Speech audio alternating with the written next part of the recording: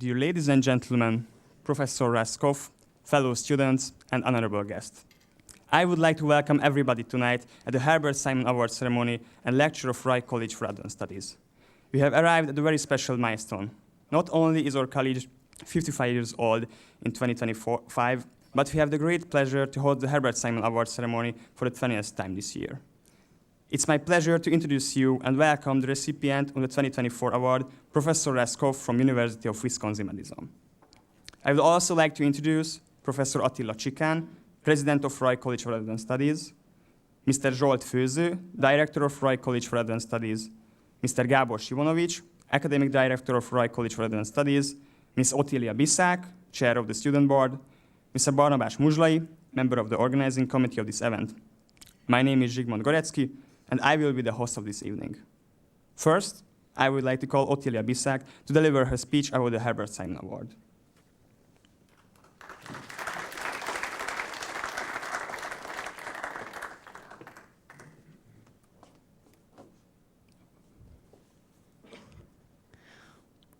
Dear ladies and gentlemen, honorable guests, I would like to welcome you all, especially Professor Russ Coff, who is the 20th recipient of the Herbert Simon Award of Rajk College for Advanced Studies.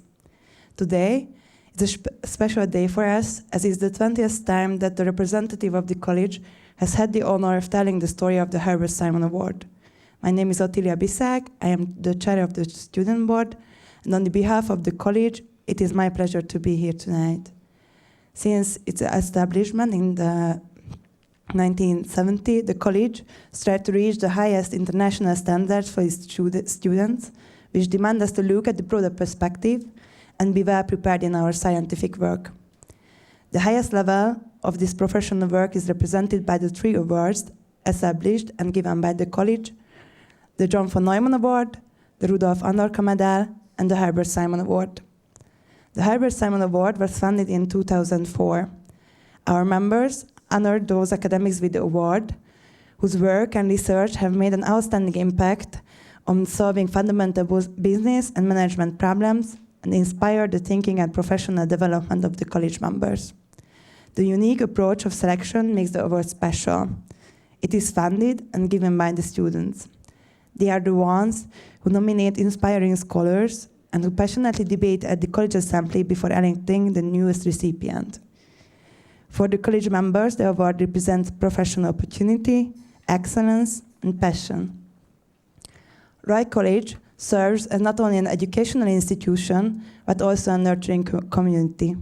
During our time in the college, we learned from each other by exploring different paths. In the college, we broaden our knowledge in the field of economics, social sciences, and business studies by staying sensitive to current social issues. When I was accepted to the college, I was studying sociology, and it was the first place where I could study and debate with economics and business students on the issues that were relevant to me. For the business students, the Herbert Simon Award means professional development. For me, it's new perspective on understanding our society. Through this diversity, the college equips us to deal with issues that affect society as a whole. It is difficult to summarize the impact these researchers have had on the college students over the past 20 years. In addition to discussing professional issues, we were given insights to the day-to-day life of the most prestigious institutions, the motivation of the researchers, their success stories, and their difficulties. Spending time with them brought closer eyes to the world many of us aspire to be part of, and gave us a realistic picture of the path to get there. The Herbert Simon Award's mission is also to enrich the Hungarian academic thinking and discourse, and bringing new theories, methodologies to Hungary. We aim to draw attention to the Hungarian relevance of these researchers' work. The awards connect us to the highest international standards available in the discipline. It is about true academic excellence, formative work, and inspirational ideas. The award has been so far given to James G. March, Henry Mintzberg, Michael C. Jensen, Robert M. Grant, Siki Prahalad, Hakan Hakanson, David T.C., Pankaj Kemovat, Ashwat Damodaran, Clayton M. Christensen, Eric Brynjolfsson, Jeffrey Pfeffer, Sinan Aral, Evren Brezhnevsky, James E. Austin, Henry Chesbrough, Marshall von Olstein, Amy Edmondson, and Mats Alvesson. This evening, we give the 20th Herbert Simon Award to Professor Russ Coff, whose thoughts and work has intensely formed our community. We are delighted that so many of you joined to share this great experience. Thank you.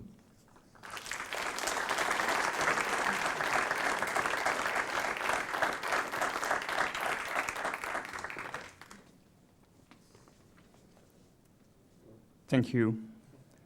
Now I invite Muzslai Barnabás to introduce Professor Coff's academic contribution and outline the reasons why the College Assembly decided to grant him the award.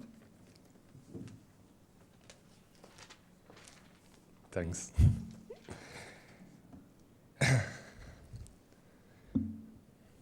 Good evening, ladies and gentlemen. My name is Barnabás Muzslai, and it's my honor to introduce Professor Russ Coff, one of the leading scholars of strategic management. Professor Coff holds the Thomas G. Falk Distinguished Chair in Business at the Wisconsin School of Business, where he is also the Department Chair for Management and Human Resources and the Academic Director of the Bode Center for Arts Administration. He is known for his groundbreaking research on how firms create and capture value through human capital.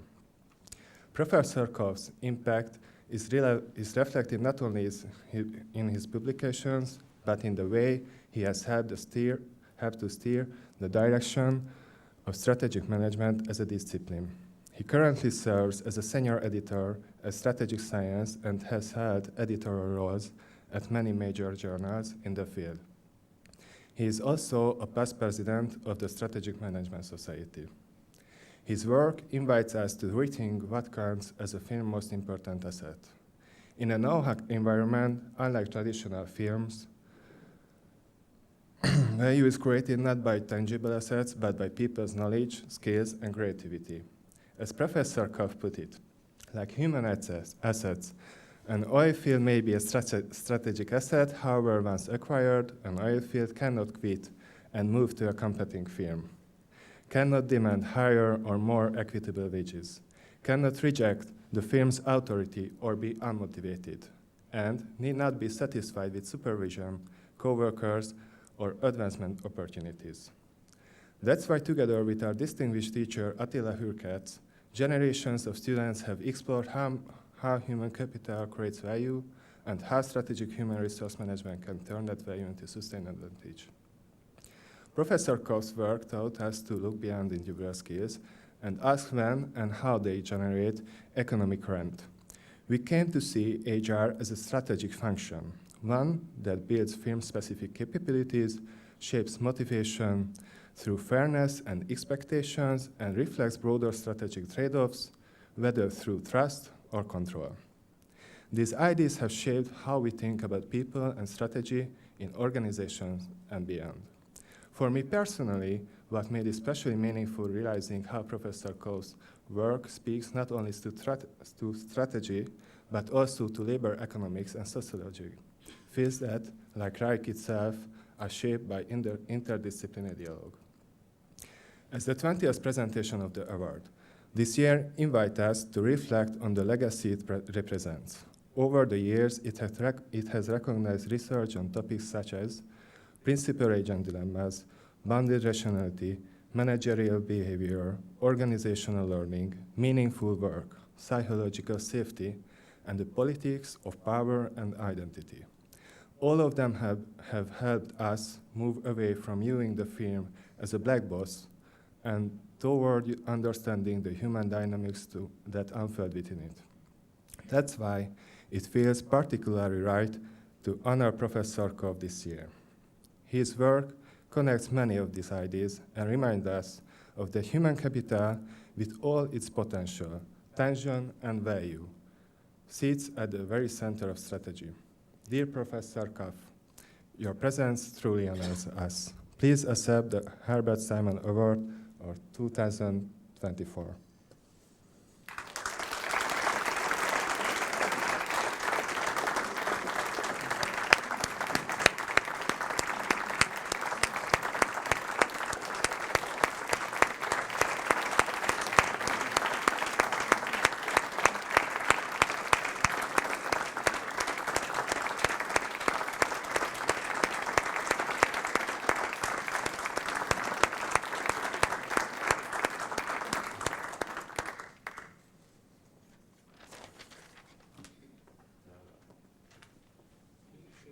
Thank you.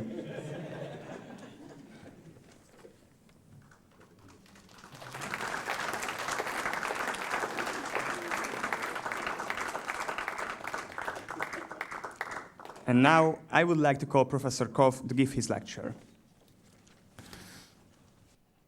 Okay, some minor organizational change involved here. Just a minute.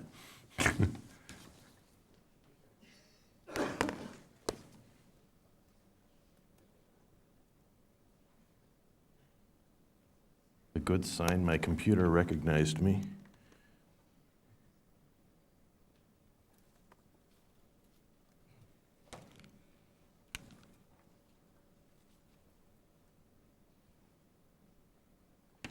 Okay.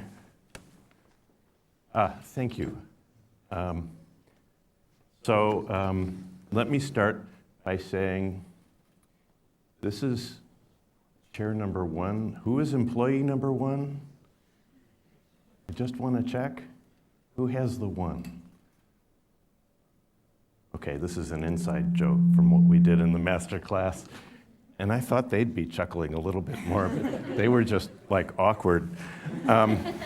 That's okay, I'm used to that reaction. I appreciate that.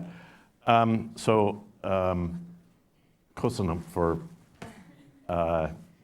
kind words, for describing the award. I started this field studying Herbert Simon, and I hope you realize how significant his contributions have been and the significance of this award. I think you do, but I have to say I am both honored and awed by it. My reaction was, my name probably shouldn't be in the same sentence, honestly. My colleagues probably are saying, why him? And I understand, that's okay. I'm on board with that. But it's truly a strategic asset that you have, because I looked at who you've given the award to, and I didn't feel like I should be in the same sentence with them either. You have given the award to amazing people, many of whom I know, and it's truly impressive. And it's that tradition, I think, that makes the award continue to be important. You're choosing people who are incredible people in and of themselves. That's what's critical, and people will hear about it for years to come. It's a wonderful asset that you've created for yourself and for the organization. All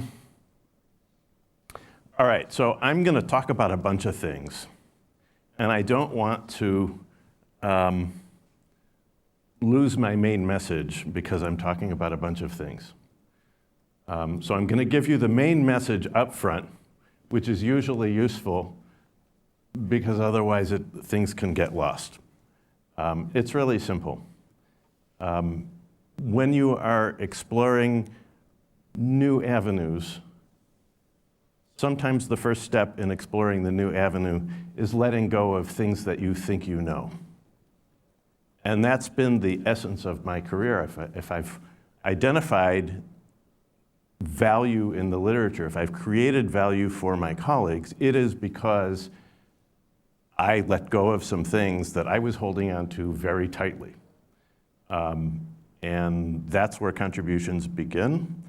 And letting go is not always easy. I struggled with it all the way through. I fought it. Let me give you a sense of, all right, so I guess first question, I understand that Formula One sometimes divides a group here, I've been told. And I'm not a huge Formula One person, but actually when I thought about it, it was a theme that I could adopt throughout here. So even if you're not a big Formula One fan, I think it'll be okay. I won't go deep into the details, but I do want to get a sense. How many of you are, I want to know how divided the group really is. How many of you are Formula One fans? Just, yeah? Kind of, you're not sure you want to commit to it. How many of you are absolutely not Formula One fans? Okay, how many of you will not raise your hand no matter what I ask? Wow, there's a lot of them in this group. Usually I find it's good to know those people ahead of time because, well, you got to keep your eye on those people, right?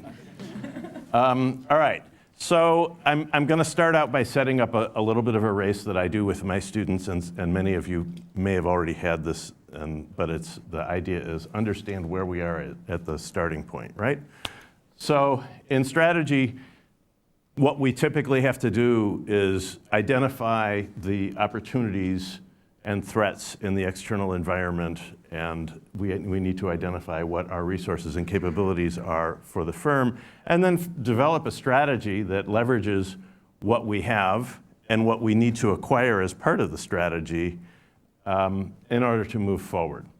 So there's a body of research that has looked at firm performance and looked at the extent to which external factors tend to drive firm performance and the extent to which internal factors drive firm performance. So our external factors, things like market structure. So when I joined the field, the resource-based view was starting to emerge. It was relatively new. People were very excited about it, but everybody still teaches market structure. We know that's important. It continues to be important. And therefore, you can imagine some degree of firm performance is going to depend on, are you in an attractive industry? And it also drives decisions to enter new industries. If why would you enter an industry that is inherently unattractive? Maybe because you can beat everybody else in it, perhaps.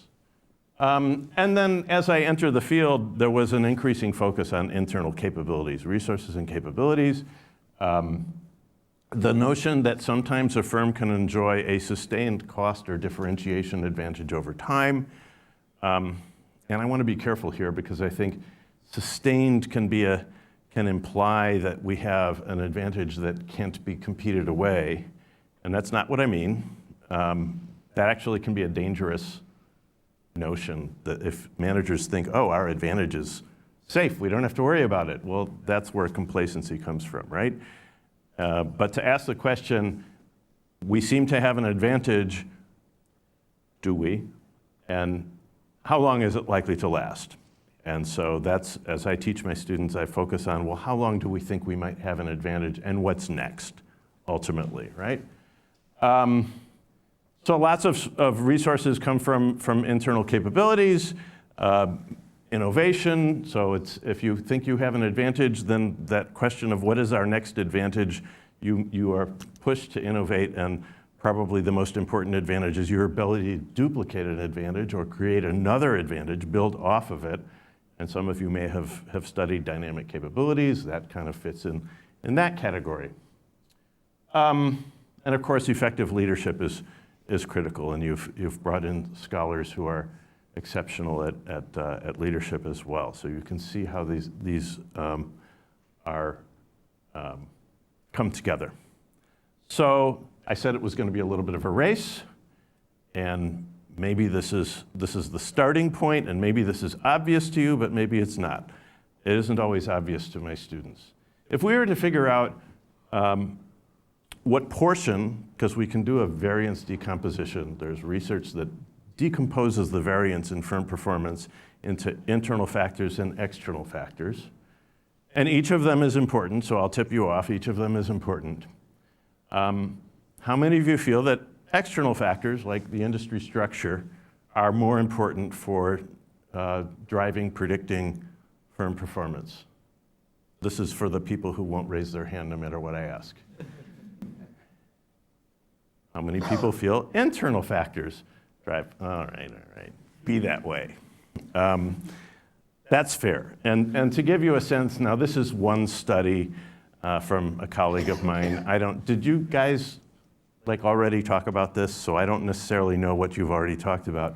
But Anita McGann and Michael Porter did this study a while back, and it started a small cottage industry of studies that focused on, well, what is the real percentage that's internal versus external? And I'm only giving you the first one because there's lots of range in what the number they came up with is. But the conclusion ends up being the same in terms of the magnitude of the numbers relative to each other. So here you can see about 20% is focused on sort of external factors, the industry, and about 32% is associated with internal capabilities.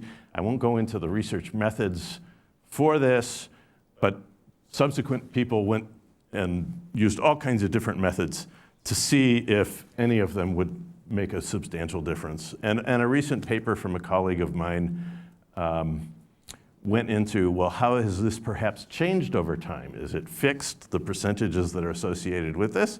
Or perhaps over time, things have shifted a bit, and there are some small shifts, but ultimately, what I want you to see is internal capabilities seem to be super important, and regardless of who we're talking about doing this research. Now, I guess what I should say is, so McGann and Porter came up with, or Porter in particular, came up with his framework for industry analysis, and like most researchers, he had a little bit of an axe to grind because he wanted to demonstrate that, in fact, industry still mattered. And the subsequent, this was actually a response to another paper by Dick Ramelt, who was actually one of my instructors back at UCLA, who wrote a paper, Does Industry Matter? Really, poking at Porter.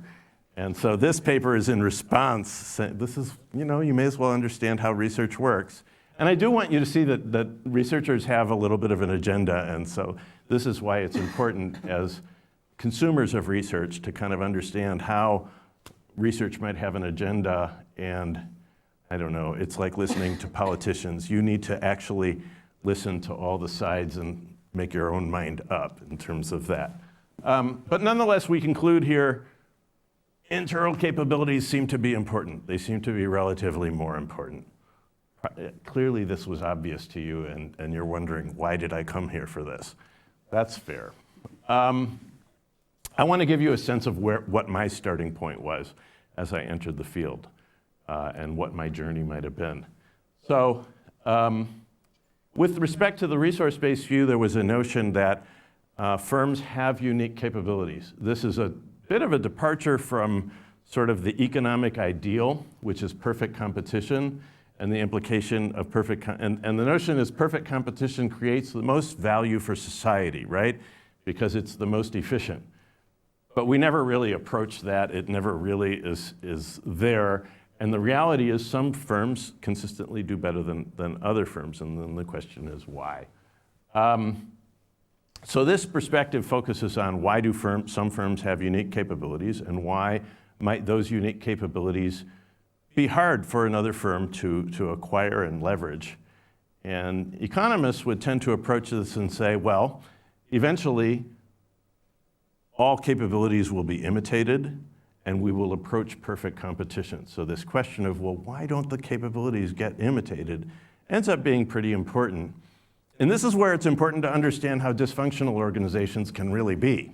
So this is my biggest asset in my research, is I have a pretty good idea of how dysfunctional an organization can be. I have participated in many dysfunctional organizations. I know why things might not be imitable. I kind of get that. But when some things are harder to imitate than others, and capabilities tend to derive from individuals' knowledge and abilities and skills, unique routines that a firm has that allows the firm to accomplish things that other firms struggle to accomplish. And it shouldn't be surprised that these tend to stem from people in some fashion. You're still wondering why you came here tonight. I get it. And why is it that these can't be easily imitated away? Well, it can be hard to, were you laughing at my lemon? I should have known. So, and of course I leverage that, the market for lemons, a lot. Knowing who to hire, there's economists don't assume this now, but there was a time when they were assuming that labor markets were pretty efficient. And I think we kind of know that labor markets are not very efficient, which leaves lots of room for, well, how do we sort of build these capabilities? who do we hire?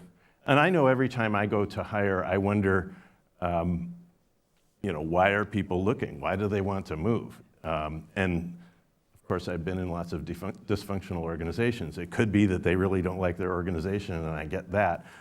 Could be the organization doesn't like them. I get that too. So it's hard to hire the best people. Many capabilities are socially embedded, so it's a team production problem in economic terms.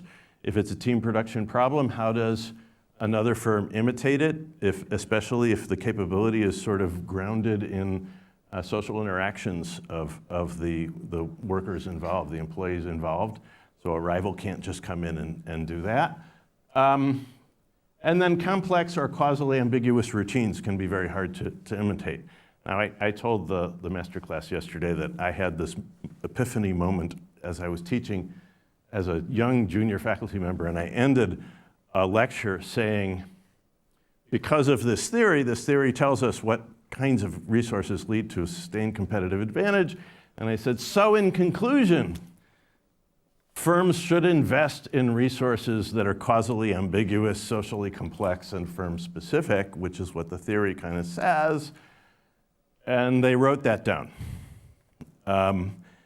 But I could never say that with a straight face to a manager, because how do you invest in resources that you can't tie to firm performance? That makes no sense whatsoever. We all know we've had valuation, some of us more than others, and we know that we need to make an investment, we need to know what the return on the investment is. And if it's causally ambiguous and we can't sort of identify that, that's a pretty big problem with the theory. If we want managers, if we think managers matter and their decisions matter, we're setting up a really difficult problem with that. But nonetheless, these were the factors that the theory told us were important in sustaining an advantage, and they seemed to be associated with people, and that drove my own research program because my colleagues kind of recognized, yeah, I guess we are talking about people, and they grabbed onto my work for that reason. Now, before this, I was in a consulting firm. Before I was in academia, doing valuation studies of human capital acquired in mergers and acquisitions. So it was sort of natural for me to be thinking in this way. And I did have a notion of, well, you can kind of invest in people this way. But it's not easy, right? Not an easy problem. The third leg of that stool really is the value of firm-specific human capital. And I'm taking you back to, as I enter the field, what was going through my head. So if a firm has an advantage because they have unique resources and capabilities, unique routines, unique ways of doing things that deliver value for their customers, that create value broadly, then the employees must also have firm-specific skills. And that must be really important to driving competitive advantage, because if it wasn't firm-specific, then presumably all other firms could have the same capabilities, right, in some fashion. And so firm-specific, if we think firms are unique, then the skills that individuals have must also be unique in some fashion. And I will occasionally use, I try not to have too many acronyms because, I don't know, acronyms they destroy value, and I try not to do that too much. But I will use this because firm-specific human capital just is something that takes a lot to write on slides over and over, and I try to not make you all read too much. I've learned over time not to give my students too much to read either. In fact, I was blown away how much of my work you guys had to read. Well, anyway. So firm-specific human capital seems like it would be particularly important for this. It's important because for value creation, we need to have unique skills in order to have unique capabilities that are valuable in the market, right? So for making the pie bigger, firm-specific skills seem like they're important. Many of my colleagues were especially interested in value capture, that the human capital literature would say that other firms will not value firm-specific skills, that if you have firm-specific skills, that another firm will look at your skills and say, yeah, but we can't use that. And therefore, they would actually offer, there would be a wage discount for people who had firm-specific skills. And that meant that the rest of the firm, other than the workers that were delivering the value, the rest of the firm would actually create a surplus value, because the next highest wage, you had to pay the employees at least the next highest wage that they could make someplace else. But then that leaves a residual that could be allocated to other stakeholders, right? So it was lifting that from the human capital literature seemed pretty important to strategy people as well. And it was important for sustainability of an advantage as well, because the skills could not be applied easily in another firm, but also individuals would be less marketable to another firm and less mobile if they have firm-specific skills. This all actually created a whole series of management problems where there was a notion, so there's a notion in the economics literature, who pays for investments in firm-specific human capital? There's a whole literature about that. And maybe a puzzle, why would firms invest in general human capital training for their employees? And that this is actually a rather substantial literature, because the assumption is that workers would be reluctant to invest in firm-specific human capital because the return wouldn't be the same. It wouldn't be valuable at other firms, right? And so that became a problem in the economics literature, but also a problem in the strategy literature. So many colleagues were looking at it and saying, well, in order to have a competitive advantage, we have to solve this problem for how will we get workers to invest in firm-specific human capital, that they would be reluctant to do so. All right, so this is kind of the starting point. I'm entering the field. We're identifying that firm-specific human capital seems like it's pretty important, that human capital is important. I'm accepting all of this because as I was an econ major and all this stuff made sense to me. And it made sense in the strategy literature as well. And so I'm thinking, all is good. This is the starting point. You've probably heard the term, people are our most important asset. In fact, I think I heard it somewhere in the introduction. I'm not sure where. And I've heard this a lot myself. And I hear managers say this all the time. And the question is, are they credible when they say this? And what does it actually mean in terms of their behavior, right? The decisions that they make, are they different? Do they really believe it? And what I would say is, I do think people are the most important asset, but I believe translating that into action, credible action, is actually pretty hard. And I think there's a lot of lip service here, right? That's not taking it seriously.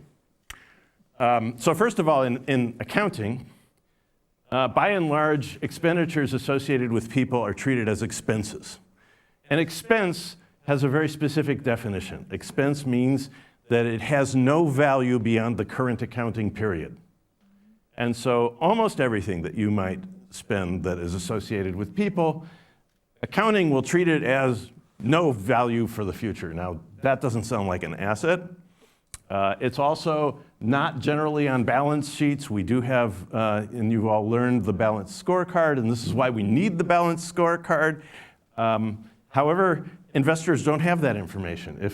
If investors think that people are the most important asset, I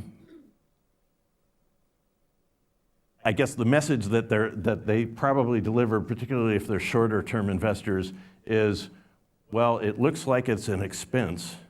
If you minimize that, then there's more of a return for the shareholders, which doesn't sound like it's an asset, right?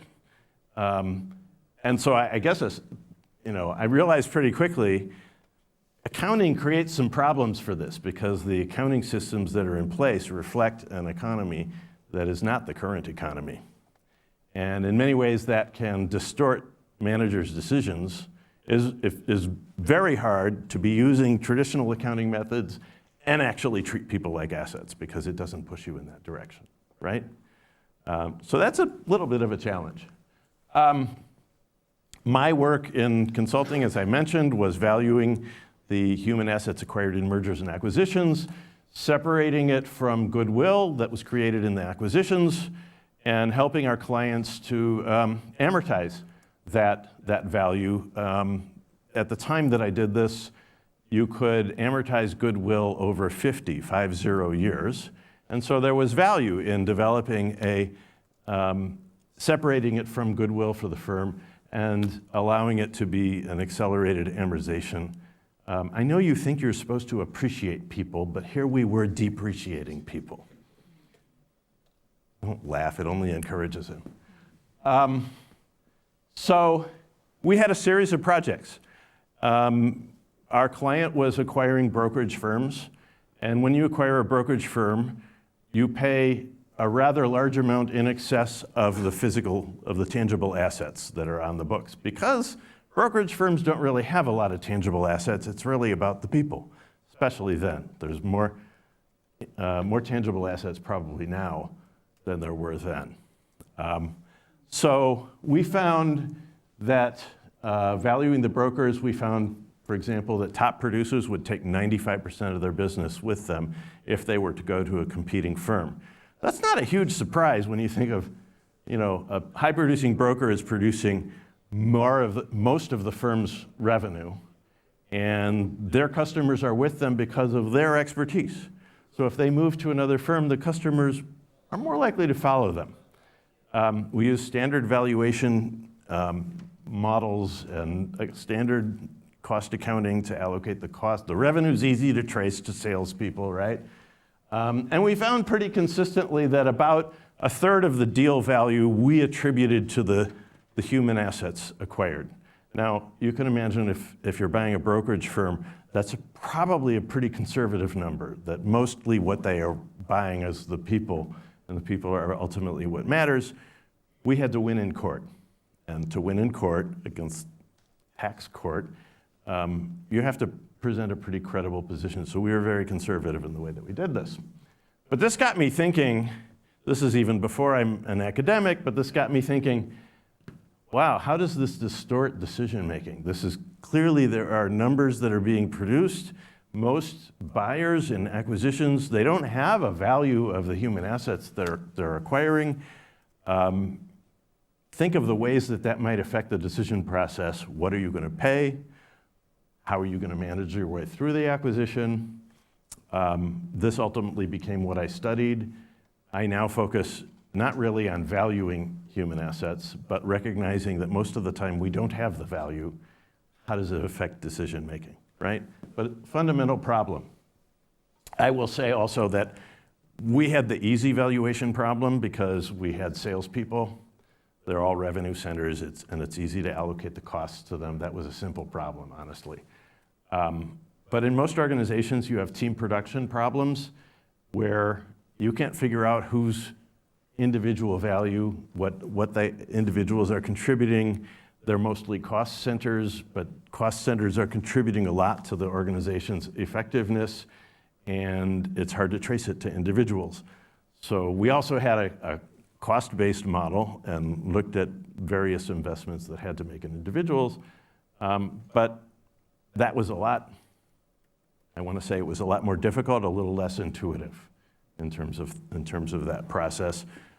But that should tell you, again, coming back to this notion of how do managers make decisions. The decisions get more difficult if we don't know individuals' contributions, right? It just compounds the problem. And of course, in economics, there was a focus on team production problems, managing teams at the lowest level. So Akerlof or Alchian and Demseth were looking at a team production problem of loading a moving truck. And they found that to be a complex problem, actually, a complex team production problem. But when you talk about a whole organization, we're magnifying this by quite a lot. So what you get from this is these reasons that prevent imitation of human assets, of human asset value by rivals, makes that an important resource for a competitive advantage, but it also creates just a host of management problems that are a challenge to address. And so you won't have a competitive advantage unless you're able to address those management challenges. Which brings me to the hazards. So I think I've already probably hit on some of these because that's what I do. I keep talking, I'm an academic. So we have unmeasured investments that distort decision making. We have this question of firm-specific human capital where the literature tells us who makes those investments. So we have to sort of figure out, well, how does that happen? We have management challenges in acquiring motivation and retention because unlike other kinds of assets, and you read this from my first publication as a faculty member, it was fun to hear that again. True, people can, it's hard to bring them to the organization. Unlike other assets, they have to be motivated or none of this stuff happens.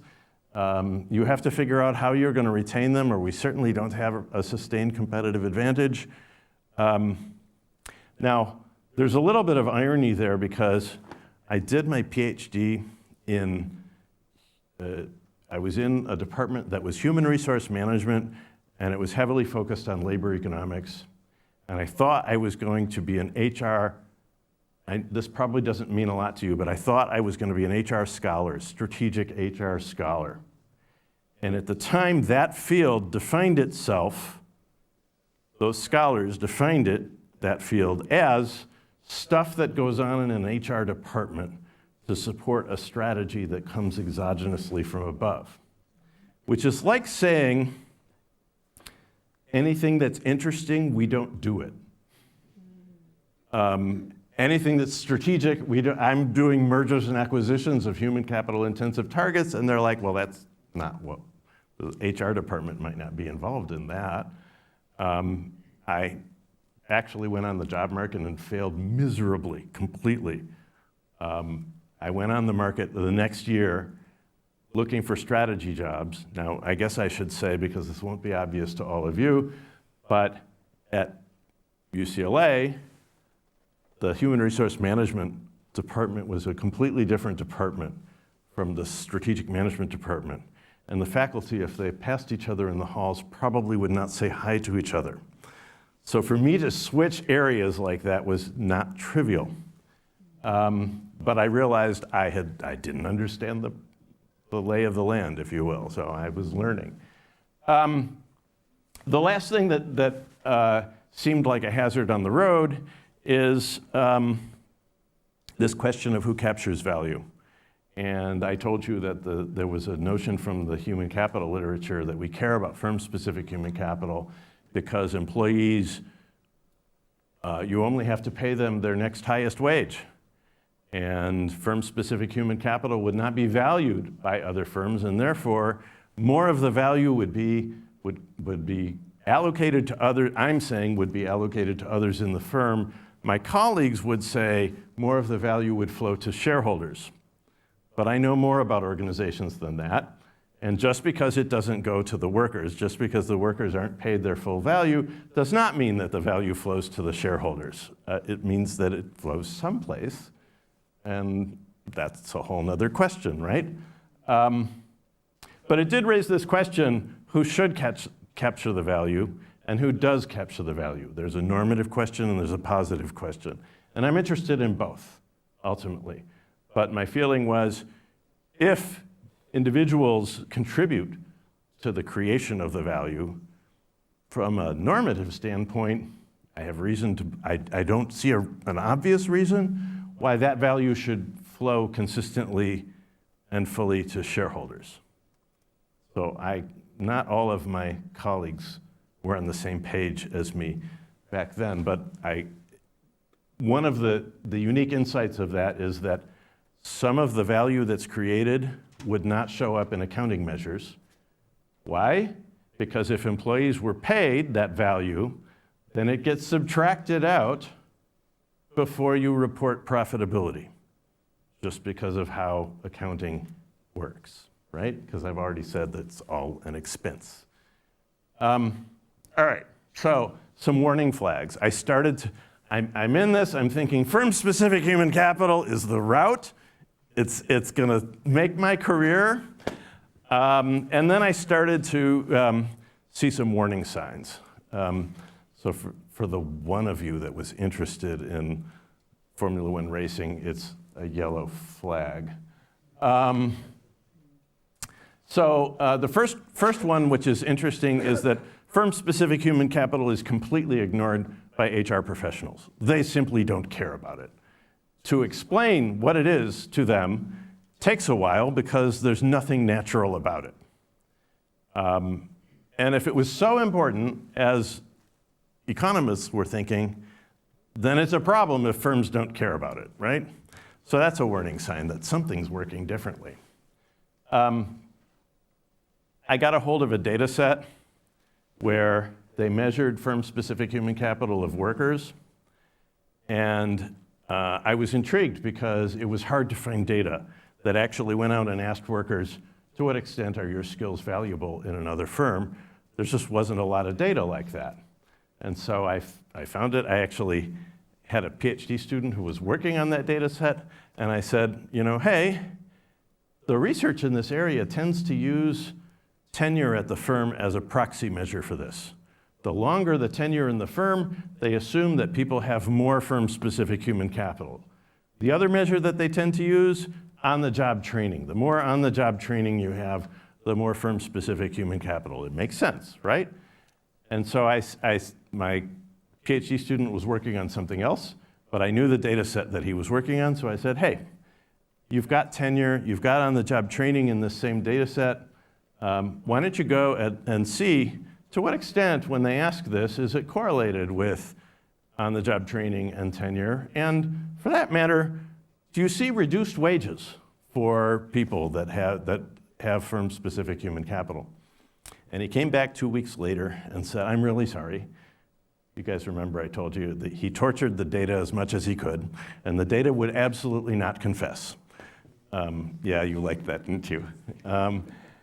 And we do that. When we believe academics, we believe something to be true, and we will work on the data until it confesses what we want it to be, right?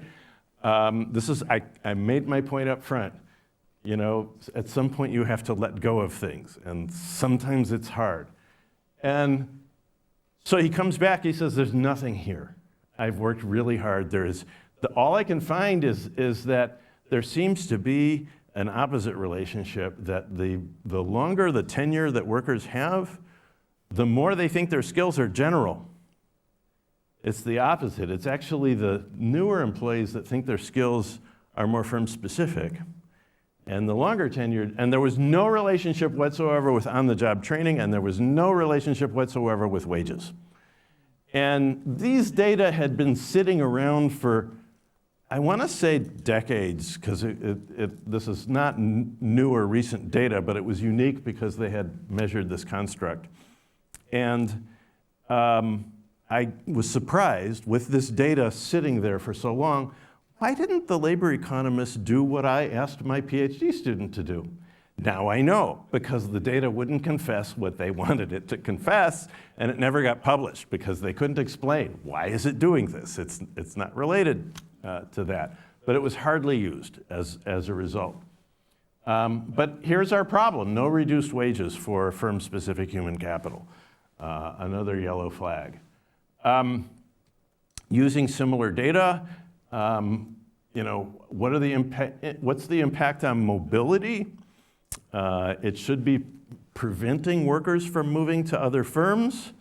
And if anything, we had this notion that maybe mobility could be increased by workers who thought their skills were firm-specific. And so I started to think, well, why would that be? Why would their mobility be increased as opposed to decreased? And, well, first of all, I talked to HR professionals. And HR professionals, if you start to explain what firm-specific human capital is, they have a tendency to say, well, you're describing somebody who has a stable employment history. I think that's good, as opposed to somebody who's moved around between firms, and I start to worry about somebody like that. So these people who had been in a firm for a long time, they were actually in demand. And the more I thought about it, the more I thought, I think HR people have it right. I think we had it wrong. And you look at their resumes, and you get a sense they're trusted with proprietary information. They've been at a firm for a long time. Don't you want to hire somebody that has been on a lot of projects like that? And finally, if they've been willing and able to learn firm-specific skills at one firm, if you want that at your firm, that's the best signal that's out there, that somebody might actually do that. And so if it was a good measure of firm-specific human capital, I started to think, well, there's actually good reason why these people might be more mobile, not less mobile. And the last point is, I saw no reason why workers seem to avoid investments in firm-specific human capital. The socialization literature, when you hire somebody, people actively seek firm-specific knowledge. I have a new job. I'm excited about my new job. I'm going to invest in skills that my new employer wants me to invest in. And some of them you have to learn pretty quickly. And I didn't know anybody who would avoid skills like that. It didn't make any sense to me.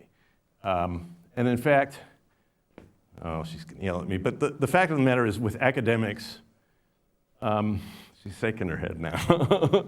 She knows what's coming. With academics, we can think of publications as general human capital and service as firm-specific human capital, because you're doing service for your own institution. And we don't want to hire somebody who doesn't do service. We have a word for them. We call them assholes. We want to hire people who are going to be part of the team, and they're... It's fun to do it just to watch her shake her head. We want to hire people that will be part of the team. And therefore, anybody who doesn't want to do that, we actually put a premium on those skills, and very few people are really actually unwilling to make those kinds of investments. Most people invest heavily in service. I certainly have invested heavily in service, and if you care about an institution, you do that, and that's the kind of person you want to hire. So lots of reasons why this theory didn't seem to play out in the real world. And so my priors in it, which I didn't want to let go of, were clearly wrong. And the last point is that we had poor measures. I realized that, why wouldn't there be a correlation between firm-specific human capital and tenure or on-the-job training? Those seemed like things that would be logically correlated, and if they're uncorrelated, something's wrong with the measures. So how do you measure it? We seemed to not have that going right. And then I started to think, well, perceptions of firm-specific human capital is in fact what we were measuring with the survey. On-the-job training is a whole nother measurement problem. Tenure is pretty straightforward. But the measure that we thought was most direct was actually a measure of the perceptions, employees' perceptions of whether they had firm-specific skills. Perceptions can be different from reality, we learned. So,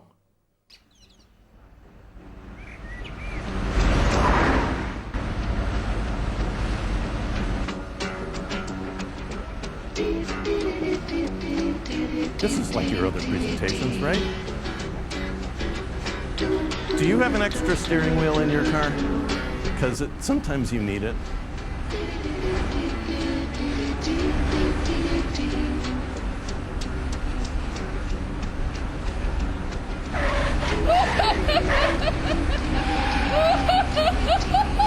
Like me, she has a sick sense of humor. But in fact, perception, I'm continuing the driving theme here.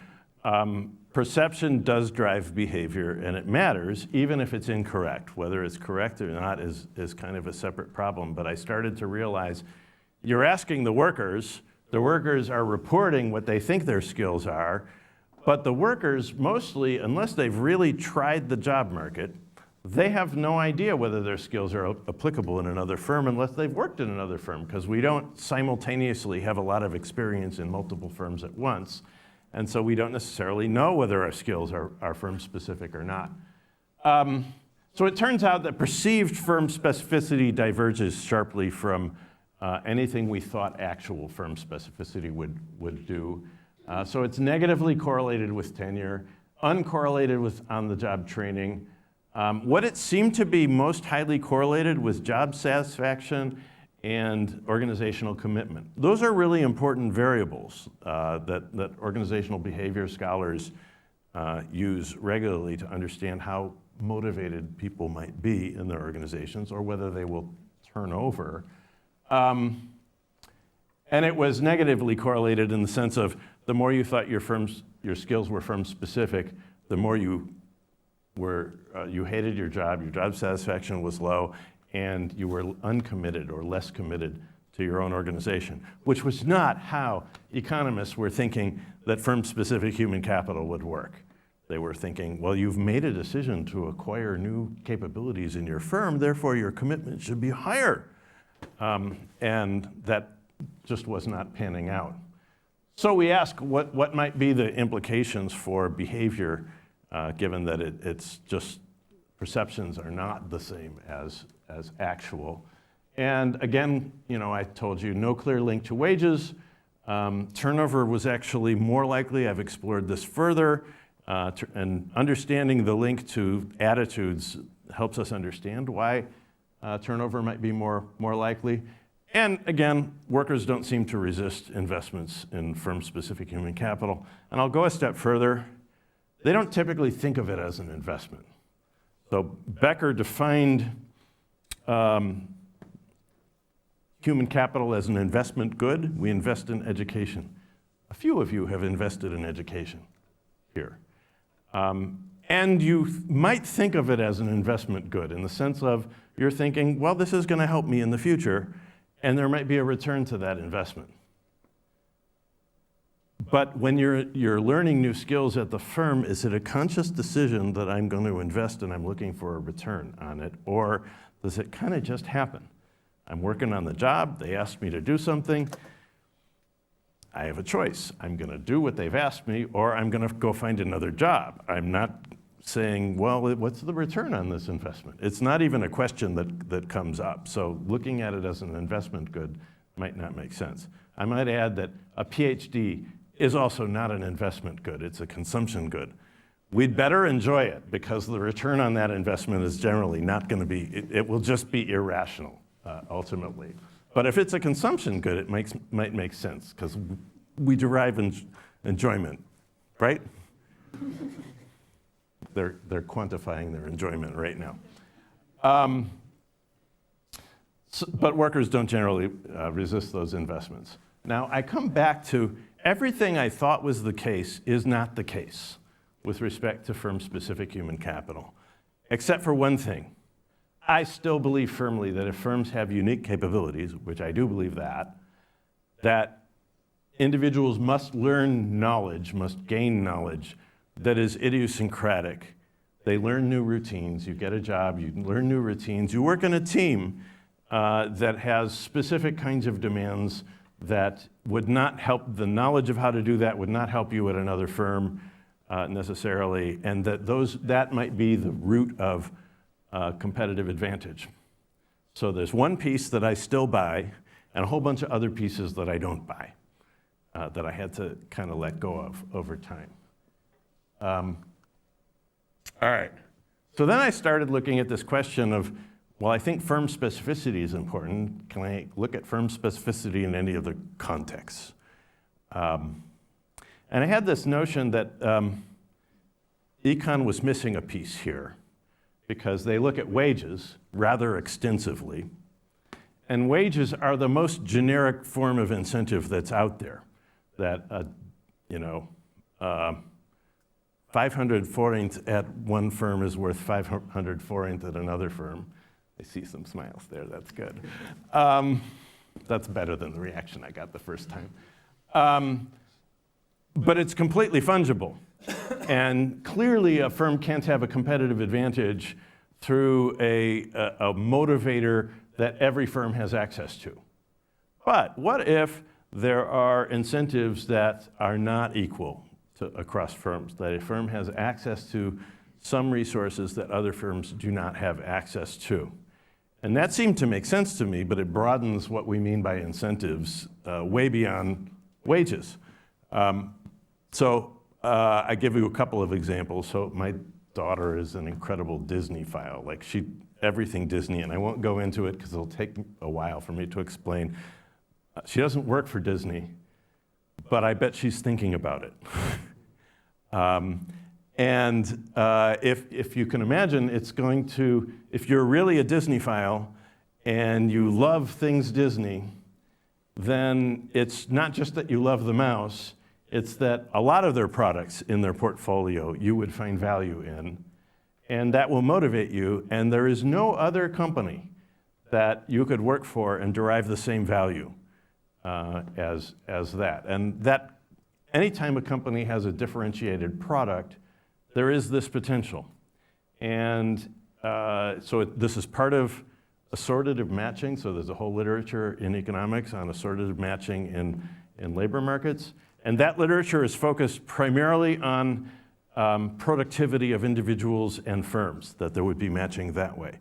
But here we recognize that there is assortative matching on preferences. You can attract workers who value what you have to offer, and they may take less money to do it.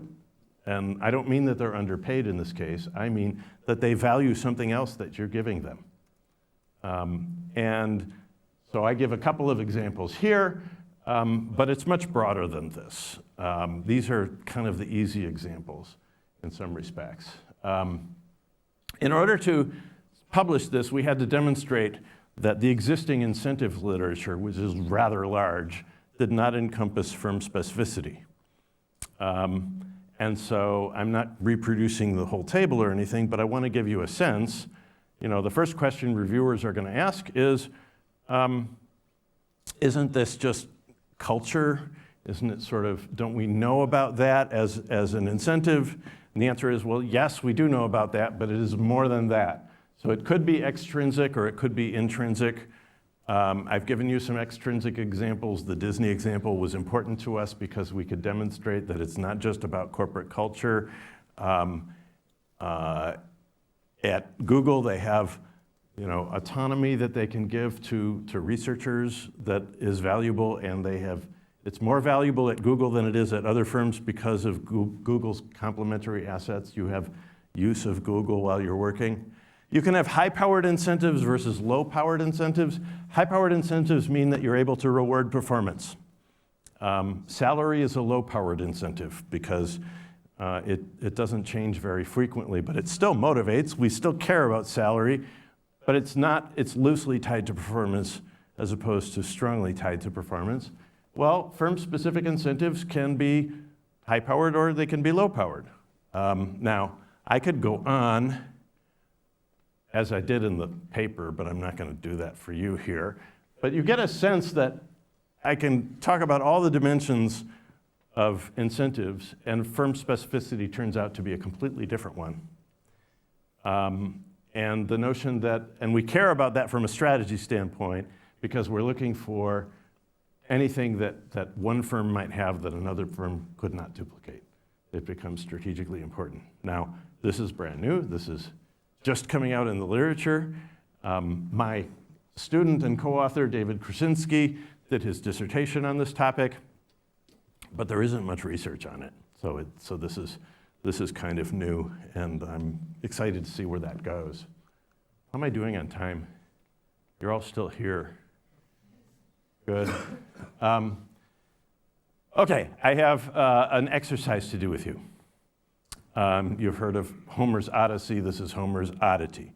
I'm going to show you a little case study, and then we'll do a little exercise where you're going to raise your hand.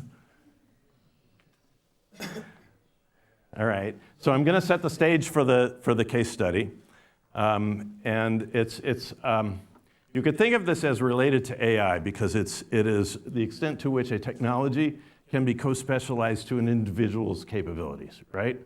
And this, just to foreshadow, this is exactly how I think AI is going to move forward, that it will co-specialize with unique capabilities at firms and unique capabilities that individuals have in different ways, right? People will use it differently, but it will depend on the person using it. All right, so here's the example. For years, Intel technicians have been making PCs smarter. Now they face their greatest challenge ever. Hey, no one messes with my brain until I get sprinkles. Suckers. Now anyone can have all the brain power they want. Just look for a PC with an Intel processor inside. By eliminating covalence inhibitors, we create triple-dense carbohydrates and thus the so-called super donut. Ooh. Many of you mock my interest in the pastry sciences. What do you have inside? No! Okay. Is this what you thought you'd be watching today? That's fair. That's fair. All right. So I'm going to give you a series of examples that are based on the video. I'm really using this as a case study. And I'm going to ask you to think about whether the example represents a context where the focal firm has a sustained competitive advantage from human capital. And yes, it will involve Homer the scientist. Okay? So first setting is, are you guys familiar with the donuttery? Does anybody know about? So I know that Budapest is not famous for donuts. And you're thinking, where did he pull this from? So donuttery is a real donut place, and they have two locations, one to the north and one to the south. It is a real, and I want to say, if you go there and look at it, the donuts are actually pretty impressive. This is a raspberry pistachio. I've got an Oreo one later on. They're very cool, okay? And I haven't had them, so, and I'm not a paid informant here, so I'm not getting anything out of it, but I will be curious if anybody finds that they actually are really good donuts. They look good. All right, so here's the first scenario. First scenario is, will donuttery have a sustained competitive advantage in donuts, the pastry sciences? A scientist, Homer, has a rare expertise in a new technology and needs complementary assets in order to create that value. And only donuttery has the complementary capabilities, and they hire the scientist.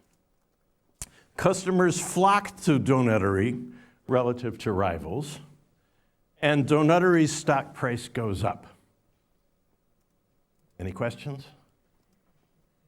Okay, here's the test. Do they have a sustained competitive advantage from human capital? I'm looking for some hands here. This is not supposed to be hard. Okay, how many of you, and just 1 second, how many of you will not raise your hand whatever I ask? Now I'm getting nothing. Before, some troublemakers. Now, All right, again, how many of you feel that this is a sustained competitive advantage from human capital? Really, do you think I'm tricking you? I'm not tricking you, honest. Okay, I'm going to give you then a series of modifications of this scenario. You're very skeptical of this. Why are you skeptical of it? Just out of curiosity, anybody want to share with me why you're skeptical? You just don't trust me? Have I done something to lose your trust already? Okay, well, let me expand this. Okay, that was scenario A. Scenario B is that the executives of donuttery capture the value. So what happens is that rivals continue to lack the complementary assets to create the value, and as a result, Homer continues to work for donuttery, but then there's this residual because there isn't anybody competing for Homer really, and so the executives are like, we did great, we deserve a bonus. The executives get a bonus at donuttery for beating all the rivals, but the stock price is more stable because, well, you know, they're buying cars and going on vacations and stuff like that, right? And Homer stays, and they, like scenario A, they are the donut kings in the donut market. Nobody else can beat them because they are the only ones that have both Homer and the complementary resources. How many of you feel that's a sustained competitive advantage from human capital? Got a couple. A little bit fewer. Some of you are afraid to hold your hands high. Okay, scenario C. Just like scenario B, but now the scientist captures the value, a non-owner, a rival hoping to enter the market, bids up Homer's pay. We'll call it a round bakery. But Homer stays where he's at, and he gets the higher pay. And again, rivals lag because no rival has both Homer and the complementary assets. Nobody has the super donut, right? So how many of you feel that donuttery has a competitive advantage in scenario C? Well, it seems like a little bit more, okay. Let's go to scenario D. Now, Homer owns stock. So in scenario C, Homer didn't own any stock. Now, Homer owns 51%, a controlling interest in donuttery. And rivals do bid up Homer's salary, and he has a controlling interest. He has no reason to go to any other firm, so he stays, and rivals' performance lags. Competitive advantage?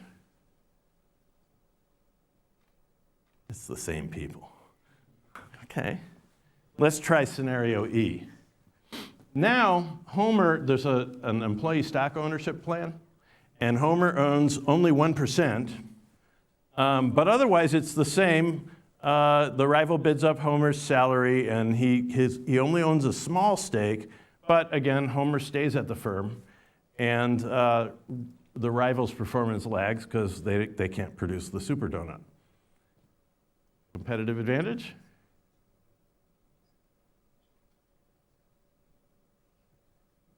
Higher?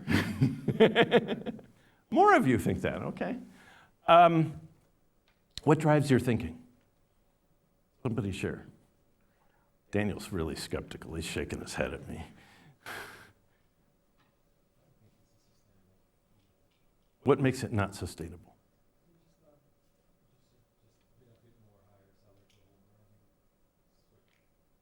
Well, who would offer him more money? So only, okay, but particularly, because you wouldn't vote even for the earlier ones. And in the earlier ones, no other firm had the complementary assets to hire him and create that value. Know what I'm saying? If no one can do that, why would they hire him? Yeah.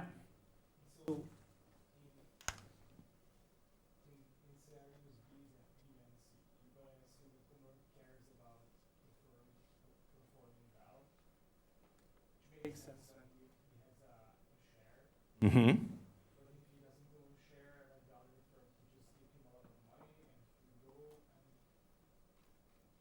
So giving the ownership stake matters.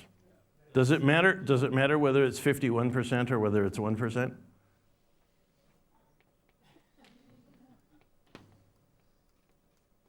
What do you think? So from my perspective, I think they have a competitive advantage in all of the cases. And it depends how we define competitive advantage. But if donuttery has Homer and they have the complementary assets and nobody else has both of those things, then in the product market, they should be squashing everybody else. They should be doing better than everybody else. And then the question, and I think this is where you were going with it, will it be sustained over time? And then you have to ask, well, is there a reason why Homer would leave? Well, if Homer is already getting all the value that he could get, what incentive does he have to leave? Now, I am asserting I don't think he has a big incentive to leave, but also, Why would somebody else, if they don't have the complementary assets, why would they pay him more to leave? Because they can't actually create all the same value. All right, why do I go through this? We talk about sustained competitive advantage, but it turns out that in the literature, the definition of it is more squirrely than it looks. And it gets defined in terms of economic rent. And what's especially tricky about economic rent is that it is value paid over and above the wage you could get elsewhere.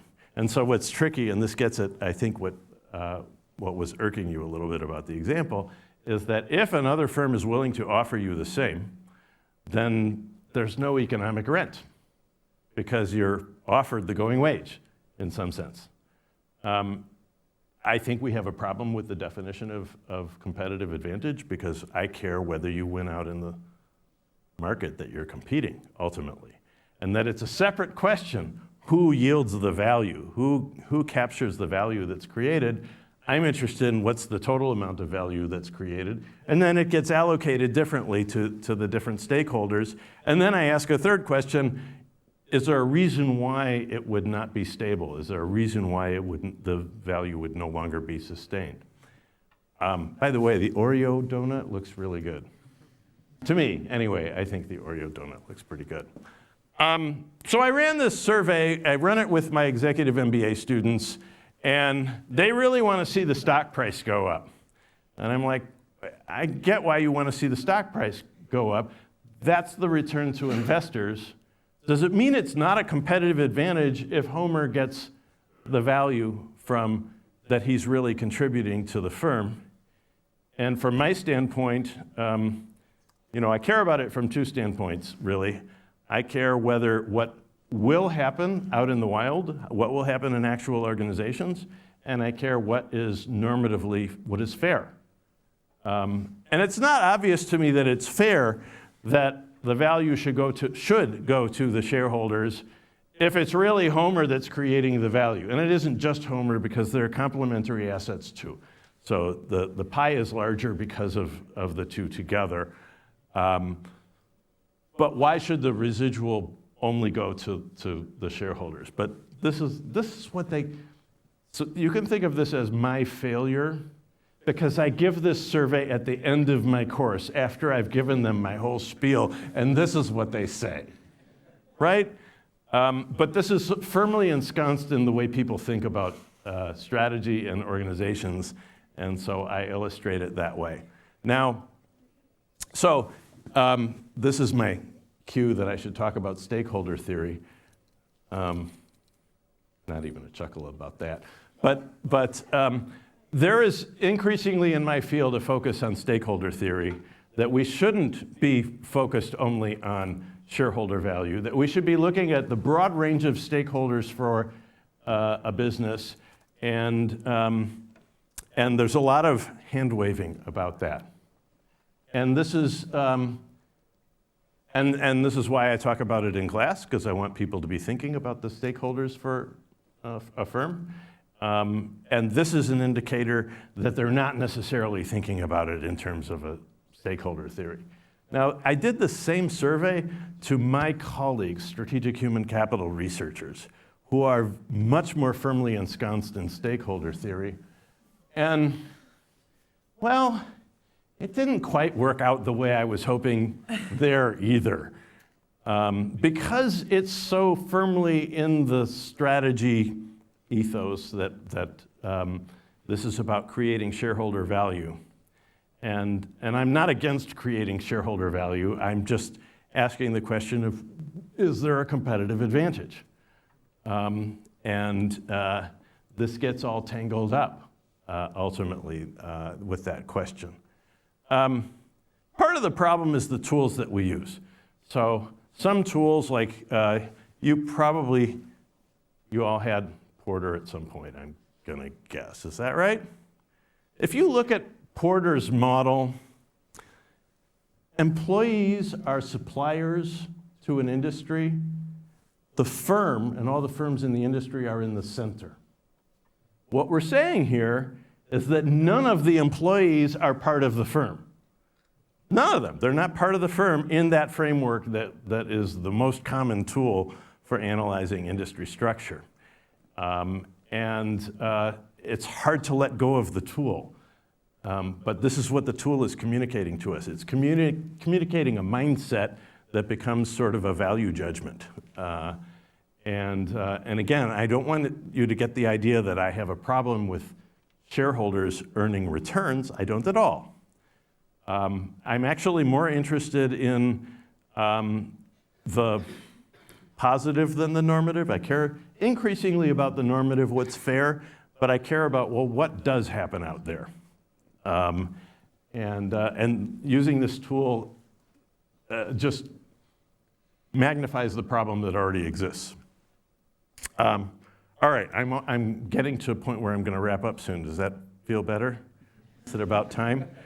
All right, I want to talk about a few sort of recent developments because these are the kinds of things that we're thinking about now. And most of us will say that we know lots about what's going to happen, but mostly we don't know. And that's where I put things. So the last, with the pandemic and remote work and AI, it's been, for us academics, a period of ADD and look a puppy.